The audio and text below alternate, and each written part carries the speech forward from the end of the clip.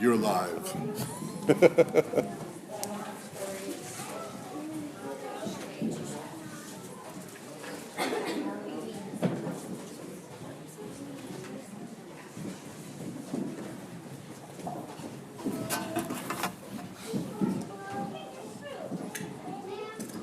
She's fine. She's going without her shoes. It's not. You're not going outside, so you're okay. Wait for the panda moron to die down. How good are you with deadlines? I'm actually great with deadlines. It's when I don't have a deadline that stuff doesn't get done. When I look at my to-do list on my little app on my phone, it's got my to-do list. So wherever I am when I remember something, I can write it down real quick. And I'll be honest, there's stuff that's been on there for years, like 3.5, 4 years. And the stuff that, so I'm like, all right, so what ends up at the bottom of the list? Well, for one thing, it's stuff that doesn't have a deadline, something that says, my bills get paid, my mortgage gets paid every month because it's got a deadline. But one of the things on the bottom of the list is, how your insurance company, your homeowner's insurance wants you to take pictures of like all the stuff in your house, like the valuable stuff, and then send it wherever to them or keep it on file somewhere. So if your house burns down, you can legitimately claim, these are the items in my house, this is worth this is worth it. Yeah, come on, seriously, my house is going to burn down before I ever get around to the bottom of the list. I hope my house doesn't burn down, but that's been on the bottom of my list. I'm like, that's something I've been meaning to do. That's something we should probably do is go around, take pictures, whatever. Kind of, to some extent, I'm like, well, I really don't have anything the insurance company's going to care about. I don't really have expensive stuff in my house. Well, I have a $100 TV, Other things that just don't have deadlines, like I kind of joke, but my 2015 New Year's resolution is to get caught up with the kids' scrapbook through 2013. If I can only be 2 years behind, I'll be doing good. So what else is at the bottom of the list? Things that are kind of sound like a good idea, but new to me, so I kind of have to figure out how to do them. The things that are just super easy that I do all the time, those are easy to check off my list. The things that I have to learn are the ones that I kind of got to research a little bit for. Denny will vouch for me on this one. I have an entire box full of hand-woven Thai silk that I've brought back from Thailand, and I keep meaning to do projects with it. But because it's like hand-woven silk, I don't want to mess up the project, right? I want to be like, we'll just run to Joann's and get some more. It was fairly expensive over there. I have no idea how much it would be here to replace it, probably an astronomical amount. So I'm like, okay, so before I, make cute little matching dresses for the girls or whatever I'm going to do with it, I got to, make sure I know, research like how to work with silk and how to cut it and, care for all this good stuff. So it sits in a box, folded up, but someday I'm going to do something with it. Take a picture. Yeah, take a picture of it. So that when my house burns down, the homeowner's insurance can reimburse me for it. And, the learning curve on these things is not particularly steep. It's just, okay, there's some things I need to do to prepare before I actually do them. So they sit on the bottom of my list. It's kind of the same thing, we kind of, not that we get stuck in a rut, but we do things that are familiar with us. Like when I go to the gym, there's all this equipment that I've never used, and I would probably kill myself if I just tried to use it. But, the trainers are right there, the people that work in the gym. Like, I could ask them, hey, how do you use this? And instead, I'm like, okay, I guess we're doing the elliptical again today. Because I know how to turn that machine on. I know how to, program it to, get the little route that I want. And then once I figured out, okay, I'm going to do the little hill route today, I generally don't change it. There's a setting on there, for you can do the 5K or you can do this or that. And I haven't tried the other ones because the mental energy I have going to the gym is, I know how to do this one. Like I said, it's not like the learning curve is particularly steep. I'm pretty sure I'm smart enough to figure out how to run the other programs on the treadmill. I just haven't gotten around to it.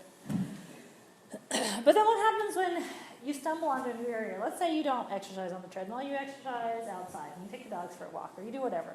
And you kind of walk the same route, and then after a while you're like, I'm kind of bored. Maybe I'll try a different route today. And then you find a new route, and you're like, oh my gosh, there's this really cool thing I found. There was this pond with swans on it, or, something new and interesting. And you're so glad that you did it. You're like, I'm glad I did that today, because I never would have seen fill in the blank if I hadn't switched it up a little bit. So I think New Year's kind of gets a bad rep, like, resolutions are just for kids or whatever.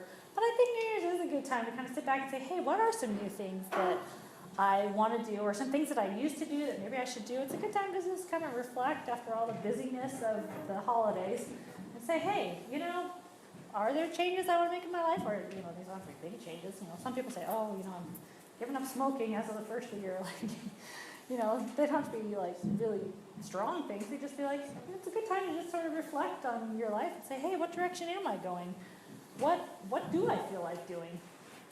Are there changes I want to make? What's going good? What's not going well?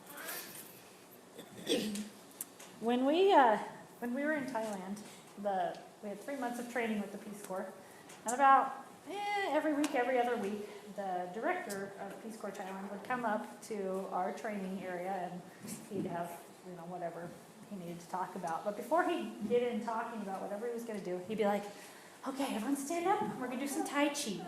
Today, we're a waterfall. And I'm like sitting in the chair going, no, I don't want to be a waterfall. You want to talk about a waterfall? It's 105 degrees. I have sweat pouring off me. I'm already a waterfall. There's no air conditioning. I had to ride my bicycle to get here. I don't want to be a waterfall. I want to sit in my chair and not move. And by the end, I was like, all right, fine. I'll be a waterfall. Stand up. I'm a waterfall. Whatever. And by the end, he'd come out and be like, hey, what's our Tai Chi? Yeah, okay, what are we doing today? Oh, I'm a cherry blossom today. I'm opening up to the world. Like whatever. And he was total free-form Tai Chi. He wasn't, like the, you see in the park, like everyone's just doing the same motions. Now he'd be like, do whatever you want. It's this free-form Tai Chi. I'm like, I don't want to do free-form Tai Chi. But by the end of that 3-month training, whenever he'd come in, I'm like, hey, what kind of Tai Chi are we doing today? Because it was good. It's like, hey, take that walk, find that new duck pond or whatever. You're like, hey, this is kind of cool. I could use a mental break because after 3 months in, you're tired of learning a new language and dealing with a new culture. So when we look at how we experience God and our ways of talking with God and being with God, there's a bunch of different ways. There's praise, there's prayer, there's scripture reading, you just go out and be in nature, admire creation, there's fellowship with other believers, there's art, there's journaling, all these different ways. And I guess I would say as you're going this new year, say, hey, what is a different way? What are one of these categories that I could explore? Or maybe explore a bunch of them and find one that you really connect with. So today we're going to be exploring journaling because it's been a while since I've been journaling. And it's cool. And it's a cool tool. And I'm like, why did I stop? That was a really good thing. So let's talk about what journaling does that the others don't necessarily. Next one. One, that's out of order. That's all right. Where's the one? There you go. Yeah. One, it slows you down. They estimate, I'm not sure who they are, but scholars estimate that when we're thinking, we have the capacity to think about 400 to 700 words per minute. Sometimes more, sometimes less, probably depending on if you're watching TV, it probably dips down. But as a general rule, we can think a lot faster than we can do anything else. Reading, it slows us down to about 300 words per minute. When we're speaking about 110 to 150 words per minute. And then when you're writing, you're down to an agonizing 15 to 30 words per minute. So your brain has the capacity to think at 700 and you're putting on the brakes and you're going to slow it down to 15 to 30. Even if you type, if you decide, I'm going to journal by typing, which is totally fine, you're still at 60 words per minute, which is a lot slower than what your brain can normally be thinking of. So you really have to focus. It really just slows you down. Take a break.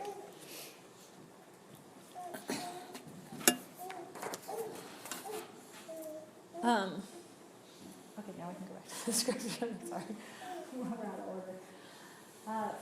This one, to me, is just a really good example of how journaling just slows you down to walk with God. And he says, walk with me and watch how I do it. Learn the unforced rhythms of grace. This is from the Message, by the way. I won't lay anything heavy or ill-fitting on you. Keep company with me, and you'll learn to live freely and lightly.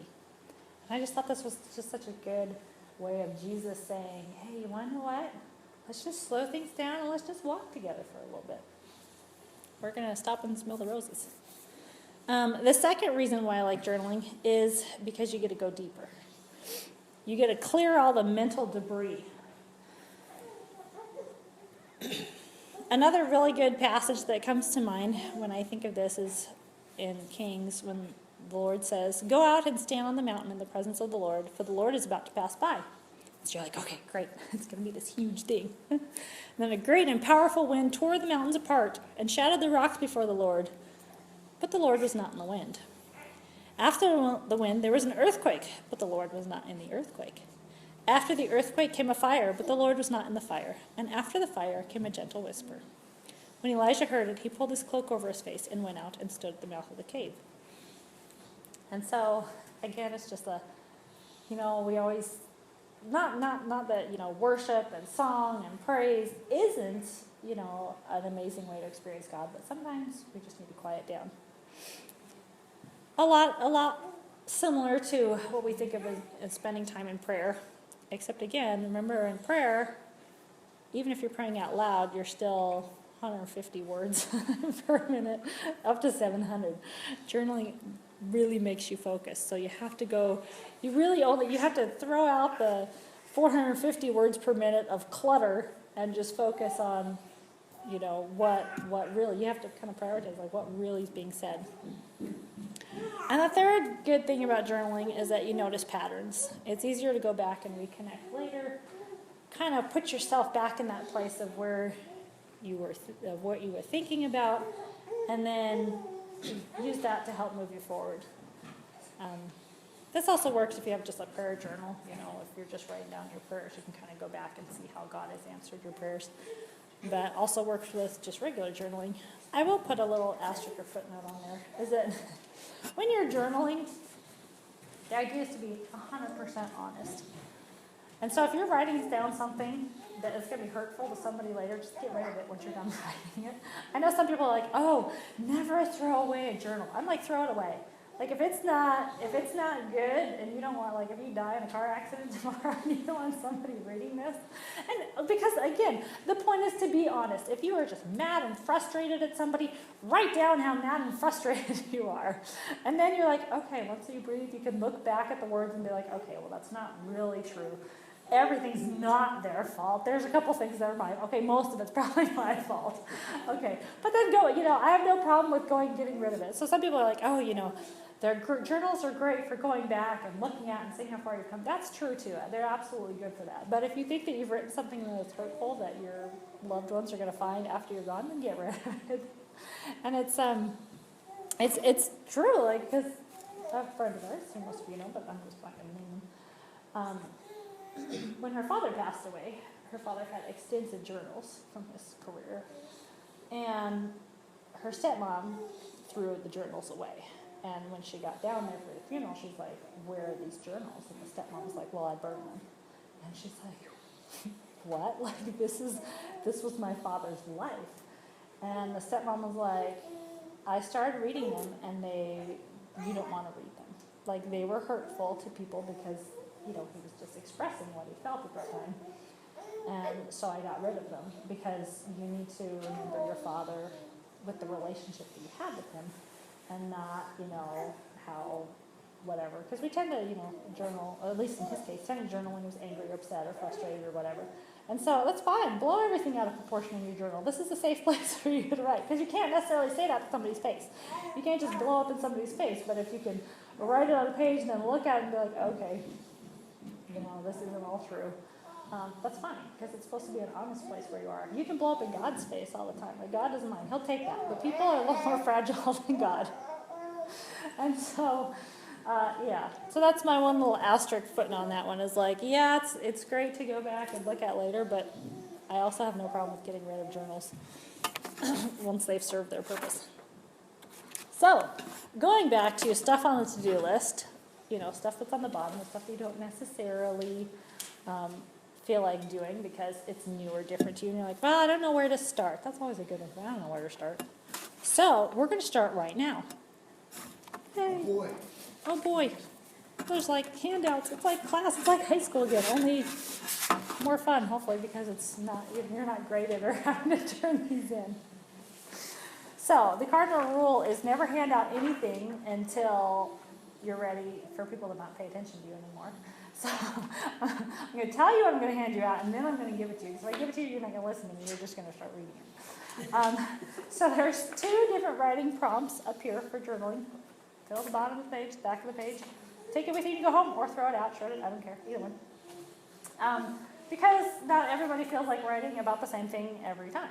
And so so there's 2 good ones that I found from a book called Journaling as a Spiritual Practice by Helen Shapiro. I don't know how to pronounce the last name. Really good book. And so she has basically just, the book is kind of interspersed with journal prompts, and then how can you grow closer to God through your journal. So there's a couple of her ideas. And then I also have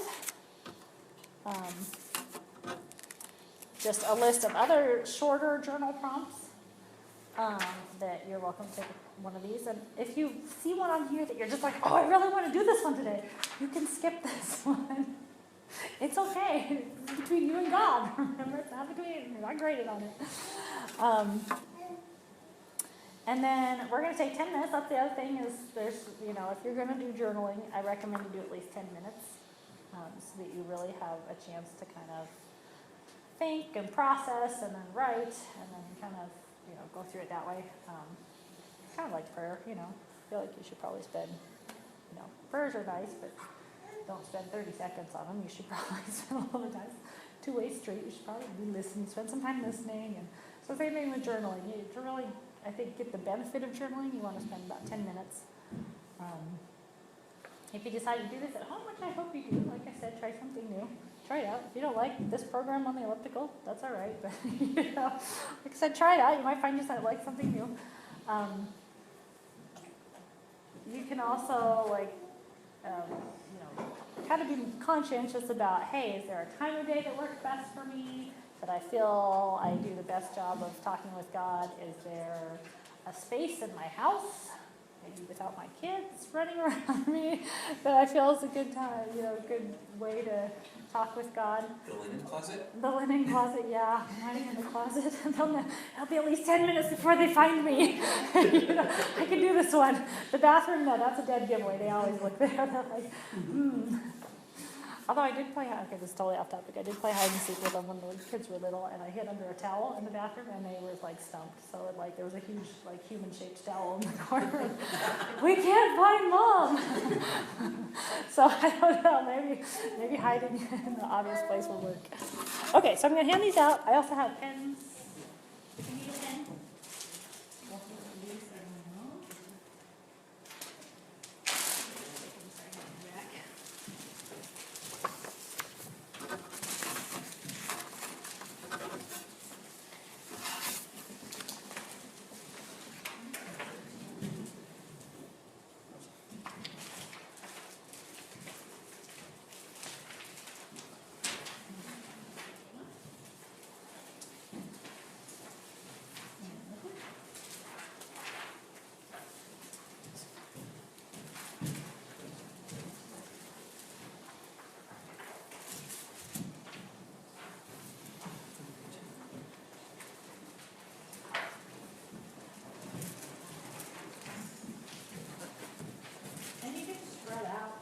Get comfortable, sit by the window. See a waterfall, whatever.